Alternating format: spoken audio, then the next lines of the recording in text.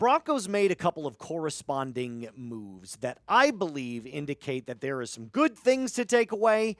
And then later on, we're going to talk about some bad news that the Broncos got. Welcome in Broncos country to the Broncos Breakdown by Chat Sports. My name is Moose. Okay, let's start with the roster moves that officially happened. Matt Henningsen has officially been moved to the Broncos IR after tearing his Achilles. He is out for the season officially. And that is, of course, not great. However, the Broncos went out and made a corresponding move right after they placed him on IR. They have signed defensive back Gregory Junior and designated Matt Henningsen as waived/injured. Henningsen tore his Achilles during Thursday's joint practice. After this, he was placed officially on IR. So let's talk about the signing specifically, because Henningsen, while he's out for the season, there's not much to report there. He's getting surgery, and he'll be back hopefully next year. This is a training camp/practice squad body. Make no mistake about it. Gregory Jr. is a player that I don't think any of you have heard of. In fact, I had only briefly heard of this guy. He was drafted by the Jaguars in the 2022 draft in the 6th round. So really high draft pick. And get this, recorded a career-high 11 tackles in 2023. He's bounced around from practice squad to practice squad, most recently with the Jacksonville Jaguars. Didn't play at all or see any field action in 2024. But he was signed by the Broncos and after they placed Matt Henningsen on IR. So you should know that this is just another body to add to this practice squad / preseason body of work. However, I do think it signifies something that the Broncos feel very confident about, and that being their defensive line, because Gregory Jr. is a defensive back. So you're probably thinking, you lose a defensive lineman and you gain and sign a defensive back. What does that tell you? Well, it tells you that the Broncos are very confident in their depth on their defensive line. And make no mistake about it, Henningsen was a roster bubble player. A player that could have made the team, could not have made the team. In 2024, he was designated to the practice squad. 2023, he made the team, but that was before the Broncos defense got a whole lot better. So the main question now is, what do you do about Henningsen's roster spot? Because I can practically guarantee that unless Gregory Jr. comes out and is so much more spectacular than he's previously been, he's not going to make a 53-man roster spot. Well, I'm going to tell you exactly who a couple of news outlets highlight as the next players up to fill in for Matt Henningsen that could end up getting a bigger role in 2025. Before I do that, my friends, I have to let you know about today's live show. We are going live on the Broncos Breakdown for the first time since our preseason game. That's going to be at 4 p.m. Central Time, 3 p.m. Mountain Time. So here's how you join. Hit that subscribe button and turn on that little bell notification. That'll push noti you exactly when we're going live. You can join all the other Broncos fans and join us today to talk a little bit more about training camp practice, which the Broncos have today. All Broncos news covered all the time. So, like I said previously, the fact that the Broncos went out and lost a defensive lineman and signed a defensive back, someone that has played a little bit of safety and a little bit of corner, right now listed currently on the Broncos depth chart, he is a nickel corner. The Broncos have clearly indicated they feel very, very strongly about their depth on their defense, but also on their defensive line. So let's just take a look really quick. You got Zach Allen, DJ Jones, John Franklin Myers that are all your starters. Then you also have Malcolm Roach and Savion Jones, now the rookie, who we're going to touch on in just a little bit. But you also have Ioma Uwazurike, and then, of course, Henningson out for the year. So this is now a next man up situation. Does that necessarily mean that the role in 2025 is going to be that much more of a significant jump for either one of these players that I'm about to mention? No, but it could indicate that they're going to get more playing time than originally anticipated. The first one up, Ioma Uwazurike. And I say that because it wasn't just me that's bringing this up. I thought first thought when I saw Henningson go down was, well, that gives an opportunity for some of the younger guys, especially the likes of Savion Jones. But if we go back for a second and look at what Henningson was able to do in 2023, right? Because remember, 2024, practice squad. this is just a rotational piece. Someone that can come in if he needs to play in a pinch. That's about it. Only one quarterback hit, 2 passes defended. Not so bad. And then if we look at Ioma Uwazurike's, 11 tackles, half a sack, half a tackle for loss, and 1 pass defended. So you're essentially looking at almost the exact same player, right? Now, the Indy Star, who is a massive, massive newspaper out of Indianapolis, and I know what you're thinking. Why is an Indianapolis newspaper talking about the Denver Broncos? Well, believe it or not, they cover a bunch of different NFL topics throughout the season. So they don't just cover the Indianapolis Colts. They cover a bunch of separate teams. And here's what they had to say on Matt Henningsen. He was a practice squad or rotational backup player. Now, this was just recently, before he got injured, but this is about the 2025 season.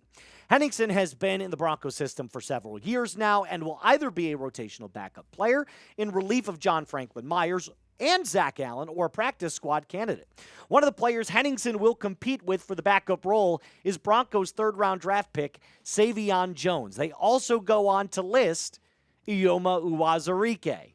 So these are the 2 players that I believe have that next man up mentality, specifically Savion Jones.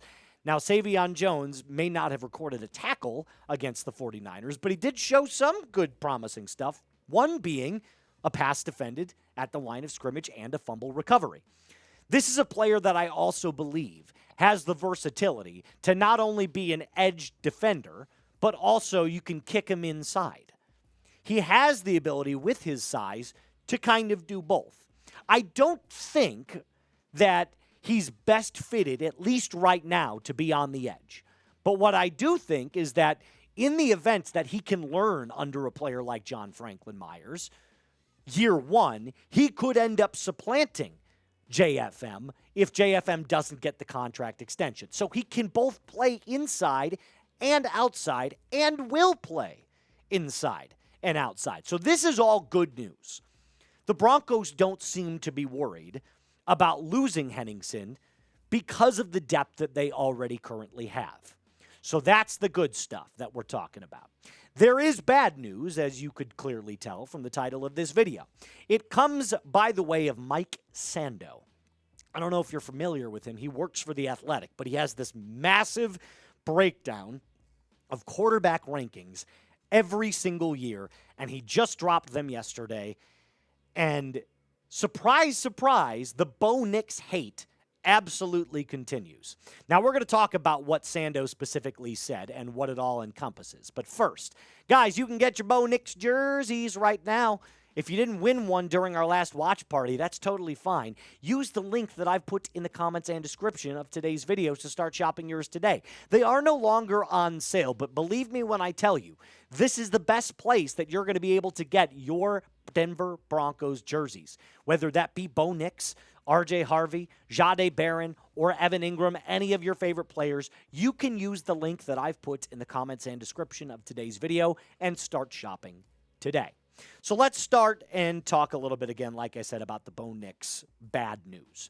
Now, specifically speaking, this is like a giant PDF file where Mike Sando, who is a writer for The Athletic, talks to a multitude of NFL personnel members. We're talking NFL GMs, scouts, and ex-GMs, and a bunch of other high-ranking media members, not media members, but officials in the NFL. Now, it's an annual quarterbacks rankings, and it just dropped yesterday. So this is the front page of kind of what it looks like. Kind of gives you all those bubbles, glitz and glam. They have Mahomes, Jaden Daniels, and Caleb Williams on there. But this is the overall takeaway of what you need to know about what the lists encompass. The 2025 quarterback tiers results are complete with commentary from the panel of 50 separate voters, so 50 different members of high-ranking NFL executives who were granted anonymity, of course they were, to share candid evaluations. The panel comprised of 6 general managers, 6 assistant general managers, 6 former general managers, and then 5 other executives, 8 head coaches, and 19 other coaches, including 15 coordinators. So you can clearly tell this is from a large array of higher-ranking NFL members. Each voter placed 34 veteran quarterbacks into 5 tiers. So you're going to see 5 separate tiers, from tier 1 being the best to the worst being tier 5. So it goes in order. Tier 1 to tier 5 is best to worst. Quarterbacks were then ranked by average vote and placed into tiers based on the vote distribution. The survey excludes rookies because voters have not seen them play in the NFL. Okay, are you caught up? You have a good idea of how these are ranked? The reason this matters is because this is all of the guys that end up making the NFL decisions, the people that are talent evaluators in the draft. So this list, among many others, is definitely carrying weight. Does it mean that it's the Bible? No, but there's a reason that it drops. It's because owners, GMs, they all talk to each other. So I'm not going to waste your time by going through tier 1 and tier 2 because Bo Nix isn't on it. So let's go to tier 3 where he actually does make an appearance. This is where I start to have issues. 15 through 19. Kyler Murray, Rodgers, Tua, Trevor Lawrence, and Geno Smith are all ranked above Bo Nix. And then you see Bo Nix, finally.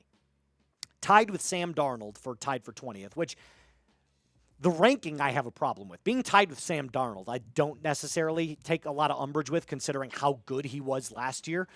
I think Sam Darnold gets a lot of hate, and I think he's a lot more talented than people give him credit for. He just needed a good coach. But then Drake May, Caleb Williams, and Bryce Young. A bunch of unprovens minus Bryce Young, who's just not very good. So I look at this and I go, the fact that Bo's at 20 is slightly concerning to me, because if you go back to 15 through 19, if you could throw that up for me real quick, Dilly. One NFL GM, before we get back into 15 through 19, said that Bo, this is an ex-NFL GM, claimed that he's got processing, he's got vision, he's got accuracy. He is definitely going to win. He has a chance to elevate. This is what an ex-NFL GM said about Bo Nix. And if I go back and I look at all the top 3-tier quarterbacks, Kyler Murray and Aaron Rodgers, okay, fine. But Tua and Trevor Lawrence, Bo is far better than Trevor Lawrence. It's not close.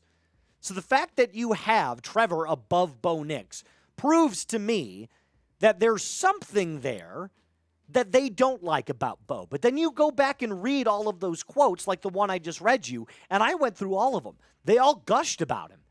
They were talking about how he fits so well in Sean Payton's offense, and they thought he was going to be a dink and dunk quarterback, and he's so much more athletic than anyone gave him credit for. Good thing, good thing, good thing, good thing. So then my question is, why is he so low? Why is he 20th?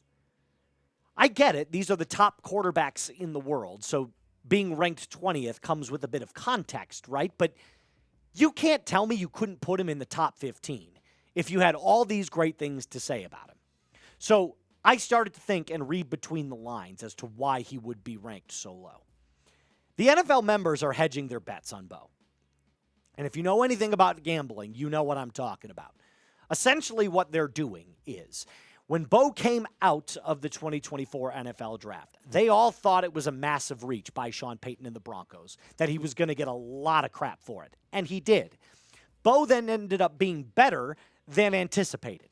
So what they're doing right now is saying, we realize we're never going to win the Bo Nix argument, because if he's way better than we originally thought, which he is, we look stupid.